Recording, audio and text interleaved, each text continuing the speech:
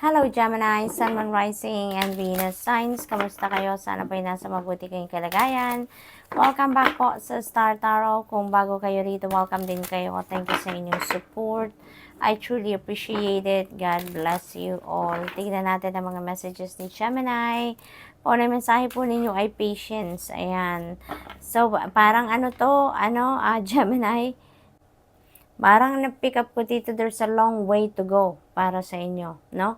Parang kailangan ninyo dito na mag-practice ng patience dahil maaring mahaba-haba pa ang journey ninyo sa kung ano man ang binabalak ninyo ditong gawin, or maaring you already embark on that endeavor, pero medyo malayo-layo pa, no, ang ilalakbay ninyo dito. Kaya iniimbitahan kayo dito na mag-practice kayo ng more patience para, alam mo yun, mag-stay on track kayo, kumbaga, no, na hindi kayo ma-distract, hindi kayo mapagod, hindi kayo mawala ng lakas, na mawala ng pag-asa dito, no? Just continue on and just be patient, because eventually, you know, when the time is right, you will get there, no, to where you need to be. Okay? So what else? We have bright future. Ayan.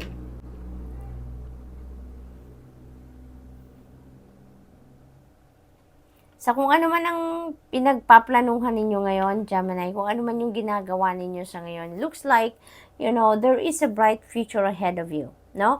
Parang siguro sa ngayon, kung ano man ang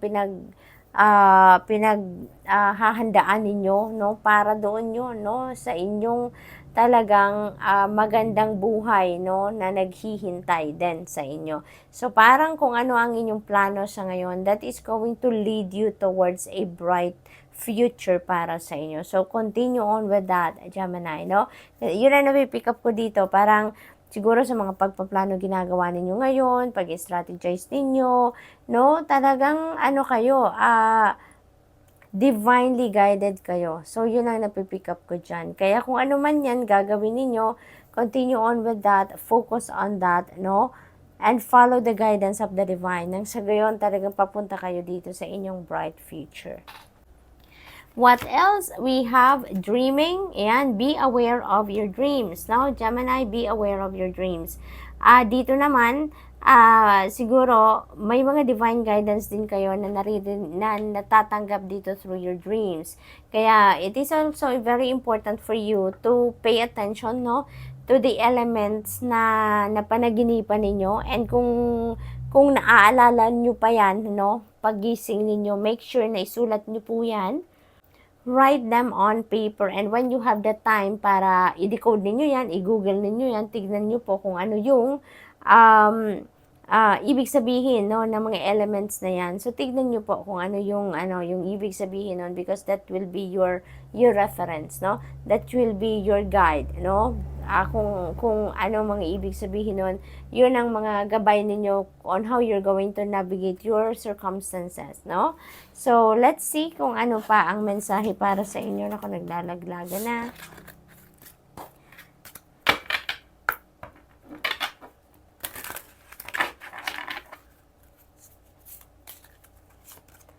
We have set your intentions. Ayan. So, looks like related yan dito sa bright future ninyo. Kung ano siguro ngayon ang isa-set ninyong intentions, yun ang ano ninyo, parang reference point, kumbaga, no? Kung paano kayo magsisimula, anong gagawin ninyo, how are you going to start, 'di ba? At yung mga gagawin ninyo dito, patungo kayo doon sa inyong bright future, patungo kayo doon sa kung ano yung gusto ninyong makita or ma-manifest sa buhay ninyo. So, napakaganda nito kasi binibigyan kayo ngayon ng liberty, no? Na gawin ninyo, mag-set kayo ng kung ano yung mga gusto ninyong makita sa inyong 3D reality on a certain time, and feels like the divine universe is going to bring you support dito, no, para maisakatuparan ninyo kung ano man yung mga isiset ninyong intentions sa ngayon, no. Parang ano nyo yan parang yun yung goal ninyo, yun ang magiging goal ninyo, yun ang magmo-motivate sa inyo, yun ang mag-i-inspire sa inyo para magsipag, para gawin ninyo ang lahat, no, para makuha ninyo kung ano yung gusto ninyong ma-manifest, kumbaga. You have relax. Ayan. So, some of you dito, Gemini, maaring sobrang busy kayo lagi, maaring laging marami din kayong iniisip, no? Kaya inaanyayahan kayo dito na mag-relax naman kayo, mag-unwind naman kayo, magpahinga kayo, no? Para nang sa gayon makapag-rejuvenate kayo, makapag-recuperate and makapag-recharge kayo, which is really important para maibalik pa rin ninyo yung balanse sa sarili ninyo, no? Sa buhay ninyo. Para lagi pa rin kayong on the right track dito na maiwasan na magkaroon ng imbalance, no? So what else? We have seek counsel. Ayan. So maybe you need some advice dito, no? From other people. Maaring yung advice na yan would be related to dito sa kung ano man ang sitwasyon ninyo dito, no? Maaring kailangan ninyo dito ng advice from other people dahil kailangan ninyo ng direction, no? Maaring ganon. Maaring may mga bagay dito na nalilito kayo. Maaring may mga bagay dito na hindi ninyo maintindihan masyado or hindi ninyo makuha, kumbaga, ang truth ng inyong sitwasyon. That's why you're going to ask for help from other people para mas malinawan ang inyong isipan, ano? Para ma-figure out ninyo kung ano nga ba ang inyong gagawin. How are you going to do them, 'di ba? Maaring ganon. So what else for Gemini? We have justice. You're getting what you deserve. No? You're getting what you deserve dito, Gemini. Kung ano ang para sa iyo, yun ang makukuha ninyo. Kung ano ay yung deserve ninyo, yun ang idadalhin sa inyo, yun ang ibibigay sa inyo. Balance will be back in your life, so which is really good, no? Magkakaroon kayo dito ng clarity, enlightenment siguro, at malilinawan ang inyong isipan at magkakaroon dito ng clear direction, no? Ng kung ano dapat ninyong tahaking daan dito, yung ganon. So this is really good. What else? We have Seven of Pentacles. Ayan. You've been waiting for something dito, no? Gemini, you're waiting for something. Maaaring, a return of investment ito. Parang, kaya siguro din meron kayong patience card dito dahil kailangan din ninyo dito ng konti pang pasensya, no? Kasi dito sa Seven of Pentacles, parang you're waiting for return of investment. You're waiting for something na balik, kumbaga kung ano man ang effort na ginawa na ninyo, no? Siguro dito, yung parang nabuboard ng iba sa inyo or maybe napapagod na kayo kakaantay, no? Kaya ang iniisip niyo dito, mag-give up na kaya ako, magpahinga na muna ako, yung gano'n, ano? So, maaring kailangan nyo talaga dito ng konti pang pasensya. Kasi may promise naman dito sa inyo in Divine Universe na what you want, no, you will get it. Kung ano man yung ina-expect ninyo, you will get it. Yun nga lang, hindi doon sa timeline na gusto ninyo. Hindi lang doon sa panahon na ine-expect ninyo. But there is a promise dito na matatanggap ninyo kung ano yung ine-expect ninyo, no?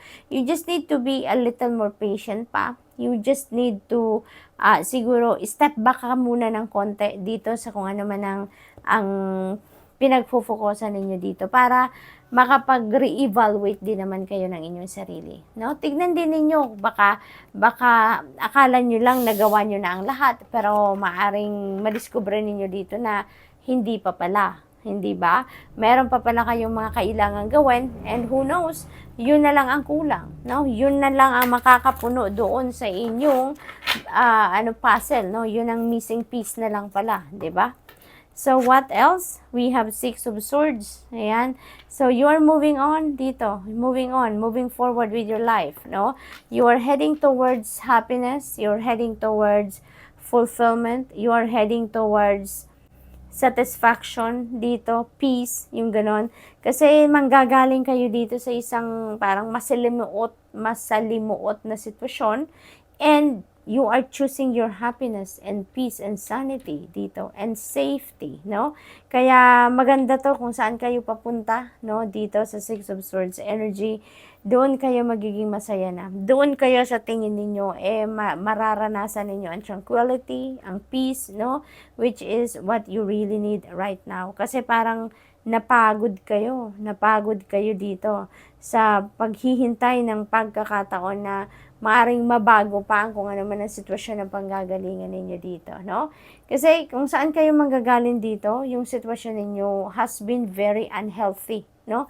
Maaring toxic environment yan, no? Maaring sa trabaho yan, maaring sa relationship, maaring toxic na tao yung you've been dealing with dito, kaya parang tapos na, no? Hindi na yon ang lugar ninyo, no? Tama na, kumbaga.